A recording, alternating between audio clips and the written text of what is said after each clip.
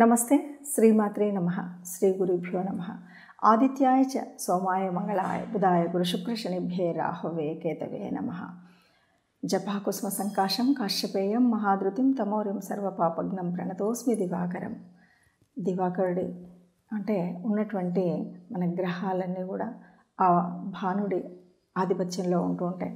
మరి గ్రహ శాంతి కావాలన్నా, గ్రహాల యొక్క తత్వం తెలియాలన్నా, మనం ఏ రాశిలో ఉన్నా, ఏ రాశిలో జన్మించినా కూడా మనకు ఈ గ్రహాల యొక్క అనుకూలత ఉండాలి. అలా అనుకూలత ఉంటే మనకున్నటువంటి అంటే గోచార రీత్యా కానీ జన్మజాతకం రీత్యా కానీ ఉన్నటువంటి లోపాలు ఏదైనా ఉన్నా ఈ గ్రహాల అనుకూలతను సాధించడం కోసం మనం చేసేటువంటి ఉపాసన కానివ్వండి, లేకపోతే గ్రహ ఆరాధన కానివ్వండి, దీనివల్ల మనకు సానుకూలత లభిస్తుంది. ఇలా మనం ఈ సానుకూలతను పొందుతూనే ఒక్కొక్క రాశిలో ఉన్నటువంటి లక్షణాలు ఎలా ఉంటాయి, ఆ లక్షణాలు ఉన్నటువంటి వారు మరి ఎలా తమకున్నటువంటి చిరు దోషాలు పోవడానికి ఏం చేయాలి అని చెప్పుకుంటూ పోదాం. ఇప్పుడు కన్యారాశి.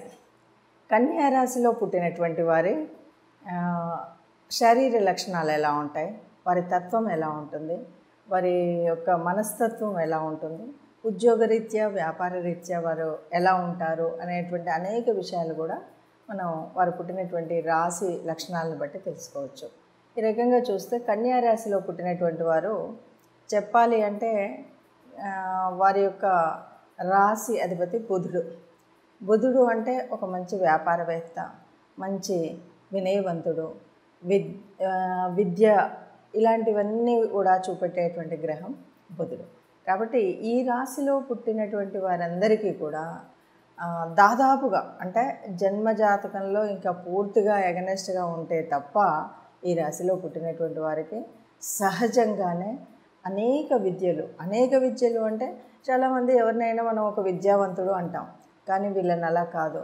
ఇది వచ్చు ఇది రాదు అనకుండా సర్వశాస్త్ర అంటే కొంతమంది చూస్తాను చూడండి, మల్టీ టాలెంటెడ్ అంటారు కదా, అలా మల్టీ టాలెంటెడ్గా ఉండేవాళ్ళు ఎవరైనా ఉన్నారు అంటే కన్యారాశిలో పుట్టినటువంటి వాళ్ళు ఉంటారు. ప్రతి పని వాళ్ళకి వస్తుంది.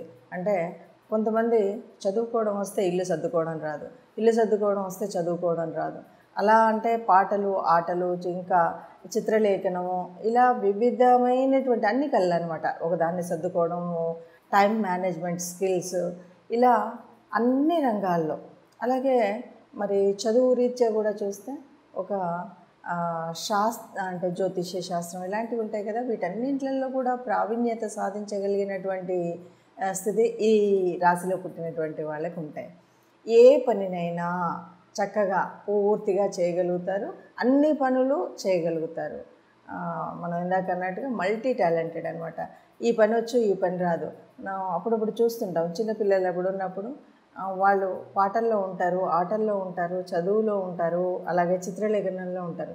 ఇలా అన్ని రంగాల్లో ఎవరైనా ఉన్నారు అంటే వాళ్ళు దాదాపుగా మరి ఈ రాశికి చెందిన వాళ్ళే ఉంటారనమాట.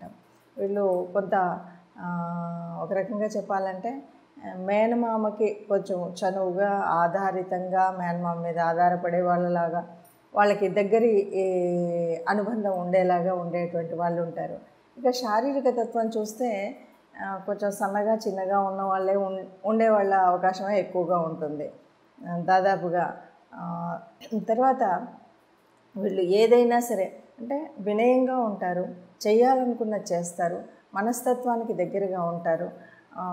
తర్వాత వీరికి నిజం చెప్పాలి అంటే అన్నీ తెలుసు, అయినా సరే డబ్బును పొదుపు చేసుకుని డబ్బును సంపాదించడం అన్నది మాత్రం కొద్దిగా తక్కువగానే ఉంటుంది. దాన్ని ఎలాగైనా ఎక్కువగా అభివృద్ధి చెందేటువంటి స్థితి కనిపించదు, కానీ డబ్బు వస్తూ ఉంటుంది. కానీ మరి అన్ని రకాల్లో చాలా నిపుణతలో ఉన్నప్పటికి కూడా డబ్బుని బాగా పొదుపు చేసి కానీ దాన్ని వృద్ధిలోకి తెచ్చేటువంటిది కానీ కనిపించదు. బుధుడి తత్వం చూస్తే మనకు తెలుసు, ఒకవైపు వ్యాపారము అన్నటువంటిది బాగా ఉండాలి, కానీ అన్నీ తనకు తెలుసు అనేటువంటి స్థితి వల్లనో ఎందువల్లనో తెలియదు, కానీ వీళ్ళు వ్యాపారంలో అంతగా అంటే మనం ఉన్నదానికంటే ఎక్కడికో వెళ్ళిపోతున్నాము అనేటువంటిది అయితే అంతగా కనిపించదు. ఇక మిగతా విషయాలు కనుక చూసినట్టయితే ఈ రాశిలో పుట్టినటువంటి వాళ్ళు కొంచెం అనుబంధంగా ఆత్మీయంగానే ఉంటూ వాళ్ళు చేయాలనుకున్నటువంటి అనేక కార్యక్రమాలు చేస్తూ సమాజంలో ముఖ్యంగా సామాజికంగా అందరితో కలివిడిగా ఉంటూ కలిసిమెలిసి ఉంటూ అంటే ప్రతి ఒక్కరిని నా వాళ్ళు అనుకునేటువంటి తత్వంలో ఉంటూ మిత్రత్వం ఎక్కువగా కలిగి ఉంటూ ఒక వినయం విధేయత కలిగి ఉండేటువంటి తత్వం ఎక్కువగా ఈ రాశిలో పుట్టినటువంటి వాళ్ళకి ఉంటుంది. పని ఏదైనా సరే మొదలు పెట్టాలి అంటే ముందు కొంత బిడియపడిన తర్వాత గబగబా ఆ పనిని పూర్తి చేయగలిగేటువంటి స్థితి కూడా వీరికి ఉంటుంది. ఏది ఏమైనా అందరితో సమన్వయంగా సంతోషంగా ఉండేటువంటి తత్వం వీరిది. మనం ఏ రాశిలో పుట్టినా ఏ నక్షత్రంలో పుట్టినా ఏదేమన్నా సరే మనకున్నటువంటి అంటే ఈ జన్మ ఇక్కడ తీసుకోవడానికి కొంత గ్రహాల యొక్క అంటే ఆ గ్రహాలు అనుకూలించడం అననుకూలించడం అనే దాని మీద కూడా ఆధారపడి ఉంటుంది. అంటే జన్మజాతకంలో మనకున్నప్పుడు ఎలా ఏ రాశులు ఎక్కడున్నాయి ఏంటి అని చెప్పుకుంటే మన జన్మ రాశి ఏంటి, ఈ రాశి మరి ఈ రాశిలో ఏ గ్రహాలు ఉన్నాయి, ఈ విషయాలన్నీ దాన్ని బట్టి మనకు కొంత మన యొక్క జీవితంలో ఉండేటువంటి మార్పులు చేర్పులు మన ఉన్నతి చదువు ఆరోగ్యం ఇవన్నీ కనిపిస్తూ ఉంటాయి.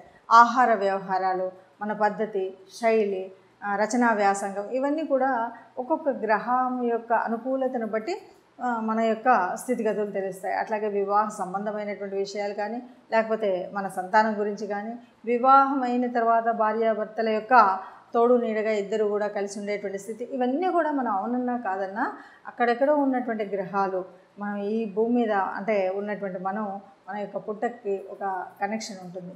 ఈ కనెక్షన్ ఉండడం వల్లనే మనం గ్రహ ఆరాధన చేయడం నవగ్రహ ఆరాధన చేయడం అనేది ఉంటుంది. ఎప్పుడు కూడా దైవానుకూలత ఉండాలి, నవగ్రహ ఆరాధన ఉండాలి.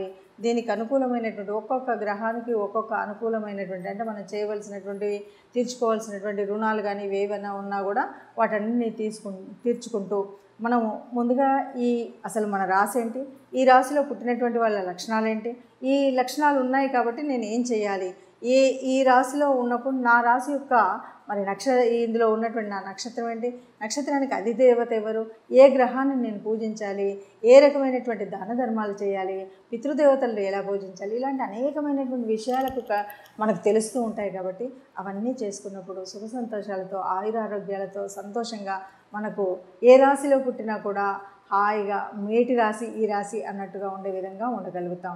ఇలా ఉండాలి అంటే మనం రాశిలో ఎక్కడ పుట్టాము అది భగవత్ అనుకూలంగా మనం ఎప్పుడు పుట్టాము ఏమంటే పూర్వజన్మ సుకృతం వల్ల మనం తీసుకున్నటువంటి జన్మ వల్ల ఏదో ఒక రాశిలో పుడతాం. పుట్టినా కూడా ఆ రాశిలో ఏ గ్రహం ఉన్నా ఎలా ఉన్నా కూడా మనకు మిగతా గ్రహాలు ఏవి ఎక్కడ ఉచ్చనీచల్లో ఉన్నా ఎలా ఉన్నా కూడా మనం సానుకూలమైనటువంటి సవ్యమైనటువంటి జీవితాన్ని గడపాలంటే తప్పకుండా మనం ఏ రాశిలో పుట్టామో దాంతోపాటు ఏ గ్రహాలని మనం ఆరాధించాలి, ఏ దేవతానుగ్రహం పొందాలి అనేటువంటి విషయాన్ని తెలుసుకుని ఆ రకంగా మనం వెళ్ళినట్టయితే తప్పకుండా సుఖజీవనం పొందొచ్చు అని చెప్తూ శుభం భూయాత్.